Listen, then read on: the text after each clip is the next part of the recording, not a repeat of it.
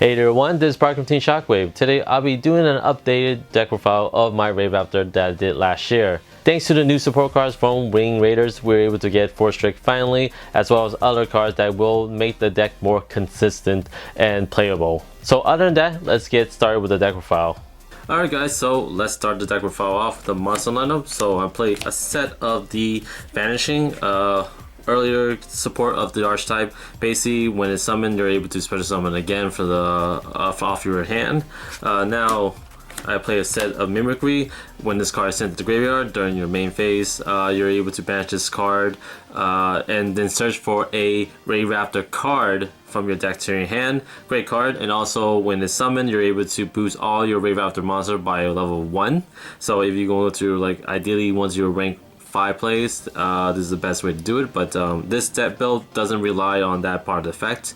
Now I play 3 sharps, basically the beast stick, one of the 2 beast stick of this deck, and that when summoned you're able to switch an attack position monster to face up defense, and you're able to special summon a monster from your graveyard when this card battles during your main phase 2. So quite the restrictive effect to special summon a monster from your grave, but when you pull it off, you're able to go to your rank 4 exceed plays with it.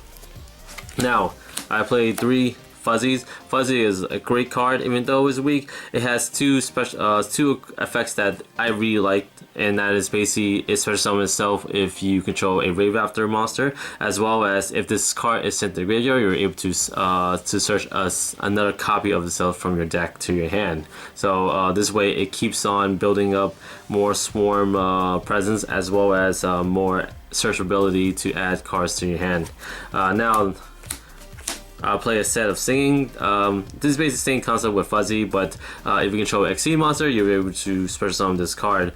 Even though it's level 4, it has 100 attack and defense, so it's something that I ideally don't use to just attack with. You just use it to either special summon to make your Exceed plays, or you're just going to use it to play with the other spells and trap cards, such as Icarus Stack and Twin Twisters. Now, I played 2 of the tributes. Ideally, I do want 3, but on the most part, I didn't need a dirt copy. When I get these 2 out, it's basically enough, but it's also another beast stick of the archetype, because if you guys can see from this whole thing, Sharp and Tribute was the only like level 4 beast stick that you have. Everyone else is like under 1500, so something that you want to rely on. So that's why they just have ability just to special summon themselves, so you can go for the XC plays. And that's pretty much it for my monster lineup. For the spells, I am playing 3 Nest. Even though you can only activate 1 card per turn, you're able to activate this if you control 2 or more Raidraptors on your side of the field, and this allows you to add a Raidraptor monster from your deck to your hand. Pretty good card if you have your hand consistent of what you want in early of the game. I'm playing 1 Raidraptor Call just because that you're targeting one of your Raidraptor monster and then special summon the same name from your deck to the field, but the rest of the turn you can only special summon Raidraptor monsters. So it's good if you just want to do the first turn like 4 Strict. So this is a great card you want to pull into, but other than that, it's very restrictive since 4 Strict. For the most part, you're going to be special summoning a lot of rank 4 monsters, and 4 Strict is basically your only rank 4 monster I play in this deck. Now for my rank up cards, I played 3 Shade Force here, and this way allows me to exceed into my rank 6 plays. The reason why I did this because of I'll show you later in my extra deck why I'm playing 3, and people think that it might be a little too much, especially with a rank up spell card that allows you to activate it by paying half your life points, but I think it's worth it if you guys should pull off the monster I'm thinking about. Now for the rest of the rank up spell, I play 1 Doom Double Force and 1 Astral Force, just because I did play 2 Doom Double, but I feel like Doom Double has been dead a lot of times, and with Doom Double, you're going for a rank 8 play, and Astral Force, you can go easily more into your rank 6 plays as well. And I'll teach you another technique of why I'm using Astral Force as well. Now, Swallow's Nest, I think is a good card if you're only having like one Raidraptor's monster in your hand. This card will help out in for your first in play, trying to get out what you need to set up for your matchup. So now, Allure of Darkness, you do play a lot of dark monsters. I think majority of your monsters are, or all of them are dark to be more exact. Now, Twin Twisters. The ideal cards you want to discard discard for its effect is either Fuzzy or Mimicry, just because that they have an effect to add a card from your deck to your hand when sent to the graveyard. I played the one Dark Code, and then Rakeki doesn't need more explanation at that. So that's pretty much it for my spell.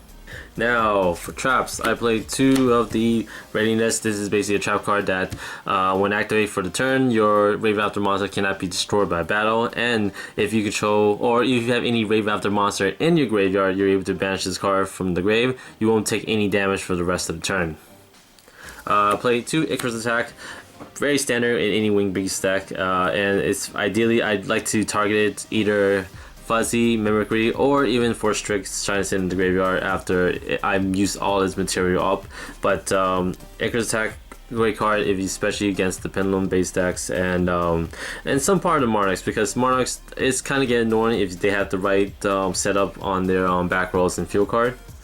Let's see, and this now we have the 1 Boundless as standard, and then the 3 solemns here is 1 warning and 2 strikes. Basically my standard for every build so far, but if I could, I would make room to put in their strikes, but that's up to you if you guys want. But as of now, I'm just playing 2 strikes just because that's all I have.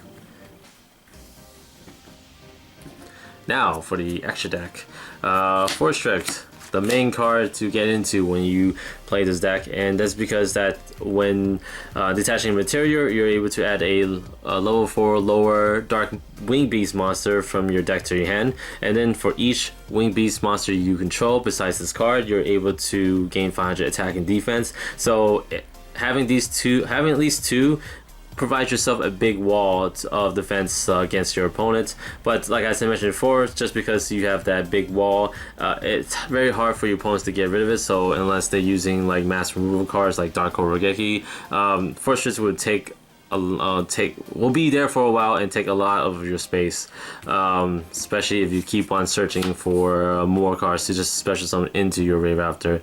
But yeah, this is a great card to have. 1 Diamond Jar worth, because you know, since you're playing a lot of Wing Beasts, you're able to use Diamond Dar's effect to target any other Wing Beast monster besides himself. So ideally I do sometimes bring it out so I can get rid of the Force Strix, so I can go to using Shade Force, and but really it didn't just pop anything that might feel like it's gonna cause me trouble during the game. Again, another Wing Beast monster which I didn't really realize until I played this deck, but Castel, again, rank 4 deck. A rank 4 monster that's ideally played in any deck that played ranked 4 monsters. We're playing the Ice Beast 0. This is a great card just for the archetype itself, just because that for any deck that plays Wing Beast, you're able to negate all face-up cards your opponents controlled and gain 200 attack for each face-up card on the field. So it can gain a pretty good damage, boost in attack if you're playing the right deck. 101, I kind of think it's as stable as the point. Dragon 0, great card to have for a lot of decks that plays increase or decrease attack. I'm playing the Utopia just because I can get into my number 99 just because of all the ranked spell cards I play. Sometimes the ranked spell cards are pretty dead, so by trying to make my bad situation even better for myself, I try to get into Utopia, discarded a rank spell card to Special Summon my number 99. This way I have a better field advantage, as well as getting over the Super Quantum Super Megazord, just because that a lot of people in my locals have been playing that card ever since the Wing Raiders came out. So it's a lot more problematic to deal with that card. So sometimes I'm just gonna use some way to lower out their the effect to spin a card per turn, so I can just get Utopia, bring out number 99. Alright, and that's pretty much it for my rank 4s. For my rank 6, I am playing the one Raidraptor Revolution Falcon. This is my only Raidraptor monsters I'm playing besides the 4 Strix. But pretty good card. It allows you to attack all your opponent's special summon monster and decreases their attack by 0 during the damage calculation. And then if I have Raidraptor monster on a material on this monster, I'm able to destroy one the sea monster and then inflict damage based on the monster's attack. And now for the rest of my rank 6 is the Cyber Dragon Affinity. The reason why I'm playing 3 of the Shade Force rank up spell card, because I can get into my Cyber Infinity faster and have more dominance on the field with if I'm able to pull out 2 at the same time. But it rarely happens, but when I do, it's basically I pretty much got a game, because there's not much they can do, and Shade Force does catch my opponents off guard. When I'm able to special summon my Cyber Dragon Infinity, I'm able to take their monster and gain more materials for it. Now for my rank 8, I only play 2, and that is one of them is the Satellite Cannon. It's basically when it's XC summon, it acts like a Harvey's Feather Duster, which your opponents cannot respond to, as well as a quick effect that allows me to choose one of monster on the field and decrease its attack by 800 for each Raidraptor monster I have in my graveyard. For a deck that can play rank 8, no deck can be played without the Fel Grant, so this is my secondary option if I can't go into, or if I don't want to go into Satellite Cannon for some reason. Alright guys, that's pretty much it for the deck profile. Overall, I would like the new support. Like I mentioned before, it makes the deck more consistent, as well as giving you options to set up earlier in the game so you can get around your opponent's plays.